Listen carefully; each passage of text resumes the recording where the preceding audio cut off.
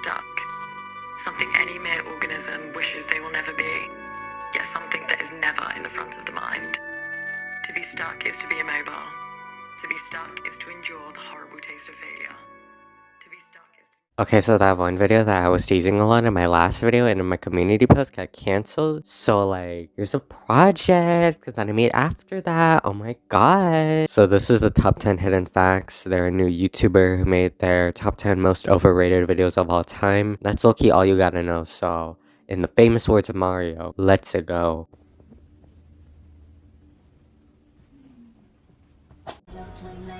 Tired of hearing about the best video games of all time, only to realize that's not all? Well, you are not alone. As gamers, we've all been victims of the hype at some point. We spent our hard-earned cash, eagerly opened the game, and sat down to play, only to be disappointed with what we found. Actually, there's a difference between overrated and disappointed. One of them means to kill the president, and the other is to steal something minor. Let's take a look at the 10 most overrated video games, find out why they didn't live up to the hype, and if they're worth playing today. When Fortnite launched in 2017, it was everywhere. Why did your text-to-speech voice get louder, like all of a sudden when you start off this entry? Like what? It was fine with how it was in the introduction. You don't need to make it louder.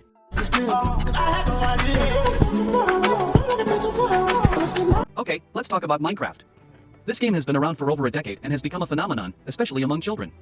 It's a sandbox game where you can explore, build, and create whatever your heart desires. But is it really worth all the hype? The game developers promised players an unlimited world to explore and create, and they kept that promise. The huge game world offers you endless opportunities to build and explore. However, the game can get a bit sleepy after a while. Of course you can build anything with blocks, but why? To do anything, you can build a house, you can try to survive in survival mode, you can make a game with your friends, you can rebuild the White House or the Bikini Bottom. You can do literally anything in Minecraft, bro. Like what? The lack of a real story or purpose can feel pointless. Then just give yourself like a reason to do some shit or something. Also, Minecraft story mode is a thing. But even if Minecraft story mode wasn't a thing, Minecraft isn't supposed to be some like crazy story with like a purpose behind it all. It's a sandbox game where you can do anything you want in it. If that's an issue that you have with Minecraft, then it's probably not your thing and you need to find something that's in your line. To be fair, while survival mode makes the game a bit more challenging and exciting, it can also get monotonous. Let's not forget the graphics either. While they have their charm, they're not for everyone. Okay, what makes them bad other than they're not for everyone? Like, waits patiently for a reason? COD Infinite Warfare was highly anticipated when it released in 2016, but did it live up to expectations? Damn, thank you very much for never explaining. I guess we'll never know what makes the graphics bad. Also, for fuck's sake, fucking learn how to audio mount and shit. Like, what the fuck? The game promised an immersive single-player campaign and an intense multiplayer experience with cutting-edge graphics and new game mechanics, but the reality was very different. The single-player campaign was unforgettable. Don't you mean like forgettable? Because unforgettable would mean that you were like surprised and shit, you know what I mean? With a boring storyline that didn't engage players. The multiplayer experience was also disappointing due to the lack of innovation. Bro, you never touched on the cutting-edge graphics and new game mechanics. Like, bro, I thought you were going to? GTA 5 promised players a huge open world full of unique characters and interesting stories to explore. Why did the background music get louder? Like, turn that shit down. It's so fucking mid, and it's giving new Marvel movie trailer type beat. And to be fair, that promise was kept. The game world is huge and detailed, and there is a lot to do and discover. However, the plot of the game can be random. While some characters are compelling and well-written, others feel one-dimensional and cliché. That doesn't make the plot random. That just means you're mixed on the cast of characters. Like, the game's tone can also be annoying, with humorous moments that seem out of place in a game that deals with serious issues like drug dealing and organized crime. What jokes are out of place? Like, give us examples? It's a real Asian person. Of course, we have to mention that in the treatment of women and minorities was criticized as sexist and racist. While the game's satirical nature aims to poke fun at social issues, it can be found offensive by players. Bro is making some like slash SRS allegations against GTA, but never shows evidence. Like, bro, what? No, don't get me wrong, sexism has been criticized in the game, and there are racist stereotypes in GTA, according to the GTA Myths wiki, so you're not wrong. But at least just like show some evidence or something to like back up your claim. Anyways, we're skipping to the middle of the number 6 entry because I only have like one issue. You think, you could be my senpai? 나 영어 못하는데? 너 무슨 말 하는 거야?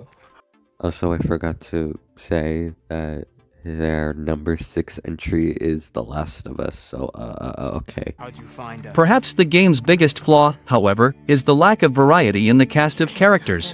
Don't you mean diversity, not variety? The game's main character, Joel, is a white male, and many of the game's supporting characters are also white. The game's portrayal of people of color and LGBTQ+ characters has been criticized for being formulaic and lacking in depth. Broski, give us like examples or some shit. Like, what character would you point to as a perfect example of terrible representation? Cause like, motherfucker, I have never played The Last of Us before, so like, give me some insight on this shit. Interestingly, for its time, Halo Combat Evolved's single-player campaign was challenging and challenging, Bro said challenging and challenging, like, with an immersive storyline that kept players hooked from start to finish. The game's multiplayer mode was also excellent, with addictive gameplay and unique weapons that made every match fresh and exciting. However, the game mechanics might feel dated by today's standards. I don't know, bro, you're literally talking about a game from 2001, of course it would be outdated. The game's shooting mechanics can feel sluggish and imprecise, and the game's AI can be frustratingly stupid.